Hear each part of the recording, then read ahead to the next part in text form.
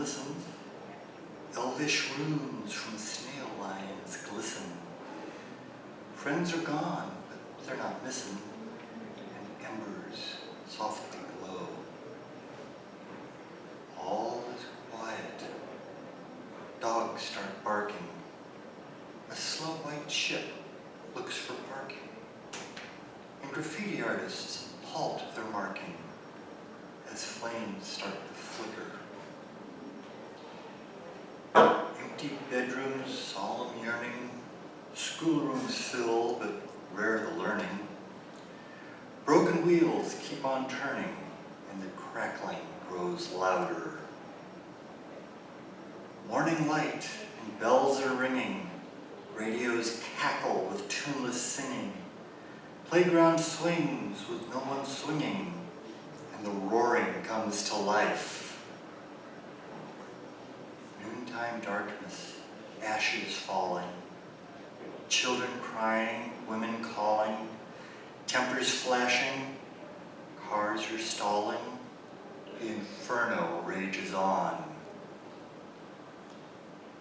Quiet morning, ashes falling, no birds chatter, silent hopes like windows shatter, and all is gone that once did matter, dust and ashes.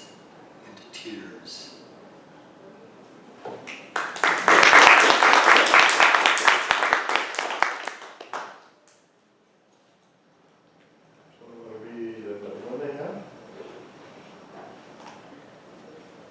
Let's just sit around doing nothing, get in the way. Yeah, great. All right, so I don't have it with me, so I suppose this will work? Yeah. All right. So, Iris of White by Seth Evans. Theta Way, Lady of the Sky. Theta Way, her single progenitor. Theta Way, who bore 2 hallowed sisters. She took a sacred vow, one to protect all, our forthcoming generations, and to nurture our people to prosperity. To meet these ends, she was gifted an immense power. However, she grew fatigued, fragile, weak, resentment-filled, a vow of obligation, not desire. Theta Way cradled her offspring, the sisters' delicate rotund hands, pulled gently against their mother's cloth. Sleepy white eyes filled with wine, childish love. They buried themselves into her embrace. In the sisters' soft attachment, she could see only vexation and dread. Our mother averted her eyes. Her gaze fell upon the overcast skies. She saw the clouds swirling and tumbling, each gale moving its own different way, the fibers of the clouds indistinguishable from each other, shafts of light and blue dancing throughout. Gently, her body bowed. The sisters were lowered into the mud. Fog bulged downwards. Theta Way's feet lifted from the earth. And to the day, the sisters still searched for their mother. Thank you.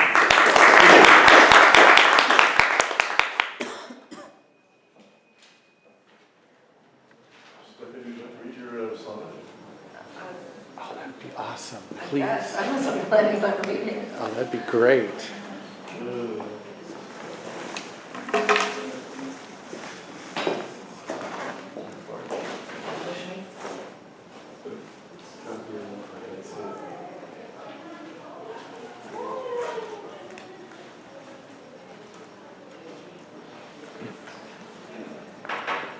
Stephanie Wells. This is called Bart Sonnet. Strap hangers surf the rails of swaying cars. The couple clings on tight so they don't fall in love with other loves and lose their grip. The breakdancers erupt to claim the aisle, jump, spin, bounce, flip in double-jointed joy, then pass the hat and vanish through the door to scare the tourists in the next car down.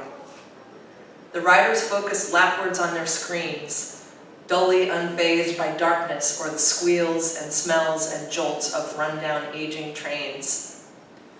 One homeless man exults in conversation with cronies in his bright imagination. No one else shares connection or elation. His solo flight, the sole spark at each station. Thank you. Anybody want to do? Mr. Freed?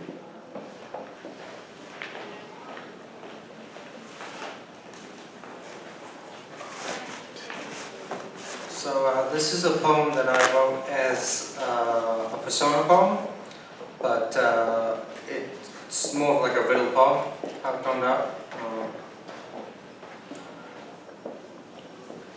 It's called Who Am I? Because it's a riddle poem. And it goes like this. I stand up straight, a still blade in silence. A footstep imprints itself on me. I spread through a forest. I speed through a forest, parting branches with my wick, carrying precious cargo. I shoot through the air until I'm impacted, collapsed, cold lead. I've been worn down, old leathery skin, frayed laces touch blood. I weep across the forest, my limbs hang limp. The wind rustles me. I reek of rot as bugs fill my hollowness, my center carved out. I'm red, crispy, juicy, divided into cubes and triangles, voraciously enjoyed. I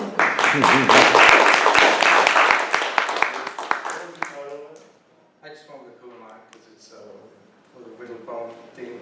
Does anyone have an idea what it's about? A melon? You know, people often say that, watermelon.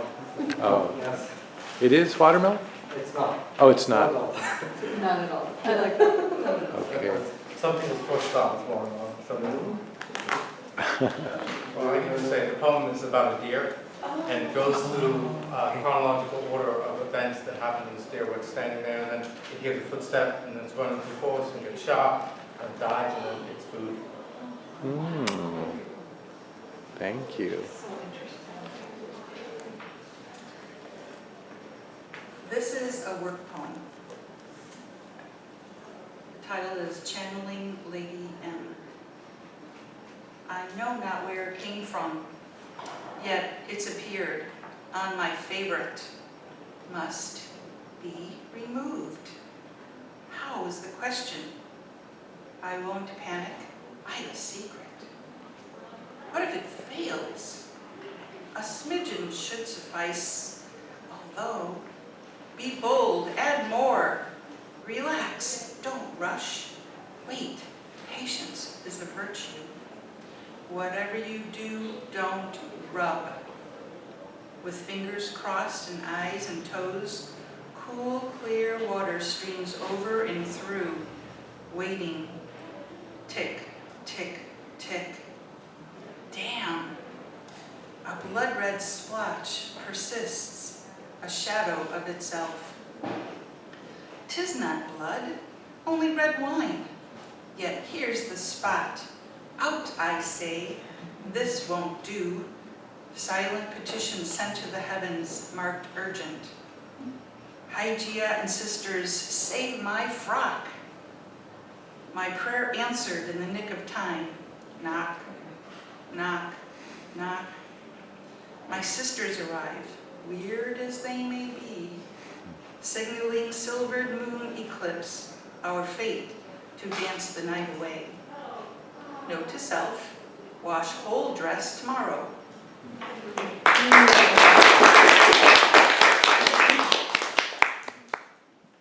Channeling Lady M. Okay. So you didn't give it away totally in time. David? I'll do one from the, what we call the free writes, where I put 2 or 3 opening lines on the board, and then they have to do a poem in 10 minutes or less. One of the lines I put on the board was either when I died or when you died. So whenever they do a free write, I have to do it too. When you died, you spun free of your aching body. You wished they were around they had got hungry and gone out for a short dinner. But once released, you were amazed at how free you were. Music we cannot hear came to you. Forgiveness floated down with moonlit fingertips.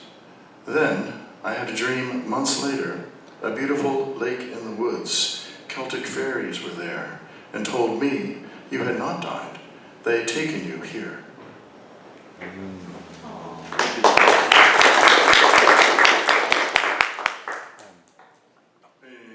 I had a request for Professor Trina Miller, if she's willing.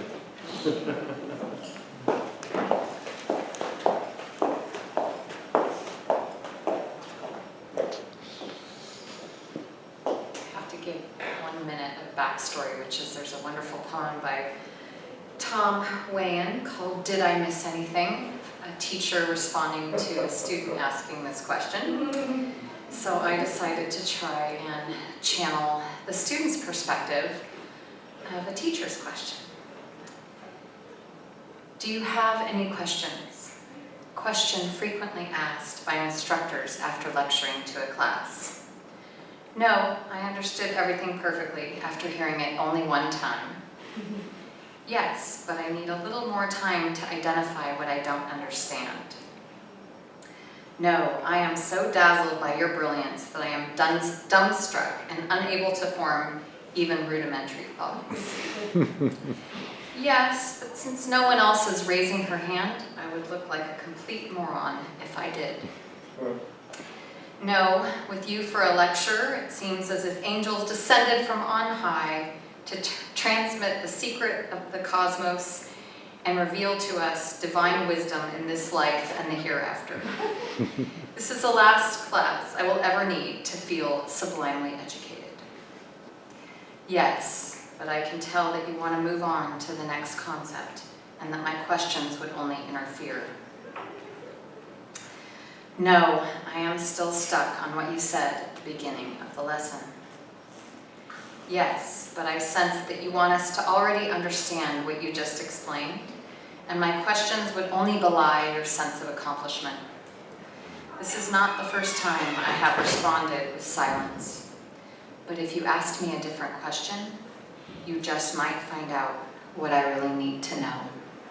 Thank you.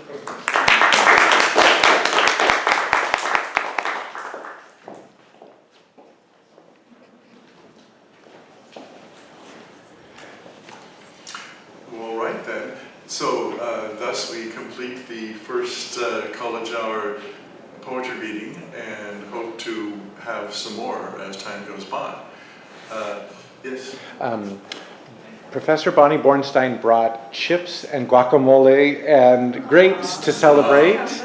And it all started when TJ said, "Are there going to be snacks?" And I said, "No, I didn't bring snacks." So Bonnie overheard that and she ran to the market and got snacks.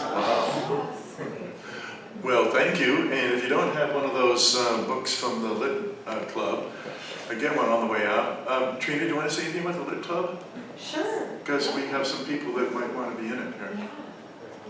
Should I come up there? Or Can I just say, okay, if any of you are interested, we have a literary club that meets quite informally in the fall, and then in the spring gets together to put together this literary magazine. So they put out a call for submissions, go through the submissions, choose them, develop and produce this magazine in the spring, and then we also have a related reading.